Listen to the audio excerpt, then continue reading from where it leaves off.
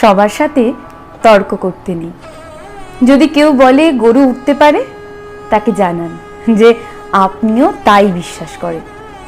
সবাইকে ঠিক ভুল বোঝাতে নেই, এক্সপ্লানেশন দিতে নেই। এই কথাটা নিজেকে যত তাড়াতাড়ি বুঝিয়ে ফেলা যায় ততই মঙ্গল।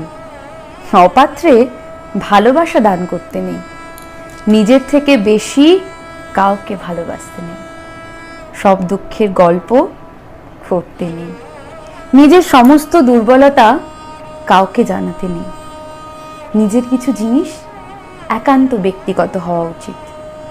প্রায়োরিটি চাইতে নেই, ভালোবাসার জন্য হাত পাততে নেই, পায়ে পড়ে আটকাতে নেই। যেখানে কদর নেই সেখানে থাকতে নেই।